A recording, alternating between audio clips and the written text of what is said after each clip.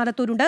അരുൺ, ഈ പാലക്കാടുകാരുടെ MLA-ക്കെതിരെ നിരന്തരം പരാതികൾ ഉയരുന്ന ഒരു സ്ഥിതിയിലേക്ക് കാര്യങ്ങൾ എത്തുകയാണ്. എന്തായാലും നേരത്തെ ഒരു യുവതി അതിക്രൂരമായ ബലാത്സംഗം, ആ പെൺകുട്ടി നേരിട്ട അതിക്രൂരമായ ബലാത്സംഗത്തെക്കുറിച്ച് പറഞ്ഞപ്പോൾ ആ പെൺകുട്ടിയെ അടിച്ചമർത്താനും അവളെ മാനസികമായി തകർക്കാനും ഒക്കെയായിരുന്നു ശ്രമം കോൺഗ്രസിന്റെ ഭാഗത്തു നിന്നുണ്ടായത്. എന്തായാലും വീണ്ടും പരാതി വന്നിരിക്കുകയാണ്. സമാനമായ രീതിയിലുള്ള പരാതി. വല്ലാത്തൊരു മാനസിക വൈകൃതം. ഇത് എന്ത് തരം വൈകൃതമാണ് എന്നുള്ളത് മനസ്സിലാകുന്നില്ല. എന്തായാലും വീണ്ടും ഒരു പരാതി എത്തുമ്പോൾ എങ്ങനെയാണ് പാലക്കാട്ടെ ഒരു പ്രതികരണവും മറ്റുള്ള കാര്യങ്ങളുമൊക്കെ അരുൺ?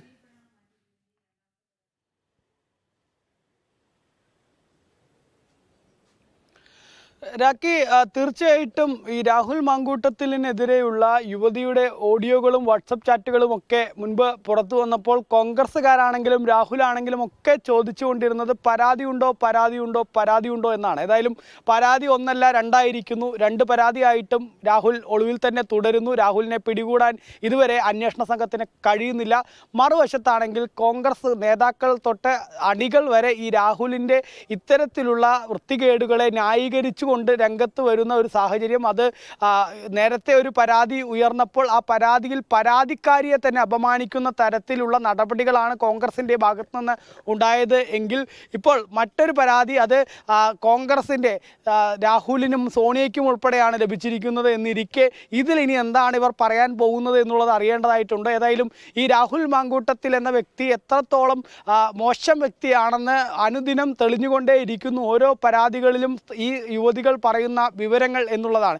അതിൽ തന്നെ ഇപ്പോൾ ഈ 23 വയസ്സുകാരി 21ാം വയസ്സിലാണ് രാഹുലുമായി പരിചയപ്പെട്ടതായി അറിയിക്കുന്നത് സോഷ്യൽ മീഡിയ വഴി. അതായത് ഈ 2 പരാതികളിലും മറ്റ് സംഭവങ്ങളിലൊക്കെ എടുക്കുമ്പോൾ ഇതിലൊക്കെ ഒരു സാമ്യതകൾ ഉണ്ടാവുന്നത് പലപ്പോഴും സോഷ്യൽ മീഡിയ വഴി രാഹുൽ പരിചയപ്പെടുന്നു. അതിനുശേഷം ടെലഗ്രാം നമ്പർ വാങ്ങുന്നു. ആ ടെലഗ്രാം നമ്പർ വാങ്ങിയതിന് ശേഷം പിന്നീട് അവരുമായി സൗഹൃദവും മറ്റും സ്ഥാപിച്ച് പ്രണയം എന്ന തരത്തിൽ അവരോട് നടിക്കുന്നു. അതിനുശേഷം പിന്നീട് വിവാഹ വാഗ്ദാനം നൽകുന്നു. ഇതിലാണെങ്കിൽ ഈ രാഹുലിൻ്റെ ബന്ധുക്കൾ എന്ന പേരിൽ ആരൊക്കെ ഈ പെൺകുട്ടിയെ വീട്ടുകാരെ ഉൾപ്പെടെ സമീപിച്ചിരുന്നു. പെൺകുട്ടി ഈ കാര്യം വീട്ടിലുൾപ്പെടെ പറഞ്ഞിരുന്നു. ആദ്യം ഒരു പൊളിറ്റീഷ്യൻ അല്ലേ എന്നൊക്കെ വിചാരിച്ചവർ ആ വിഷയത്തിൽ കൃത്യമായ ഒരു നിലപാട് സ്വീകരിച്ചിരുന്നില്ല. പിന്നീട് രാഹുൽ ഈ യൂത്ത് കോൺഗ്രസിൻ്റെ സംസ്ഥാന പ്രസിഡന്റും നല്ല ഭാവിയുള്ള വ്യക്തിയൊക്കെ ആണെന്ന് പലരും പറയുന്നത് കേട്ടപ്പോഴാണ് അവർ അതിൽ രാഹുലിൽ വിശ്വസിച്ചു പോയത്.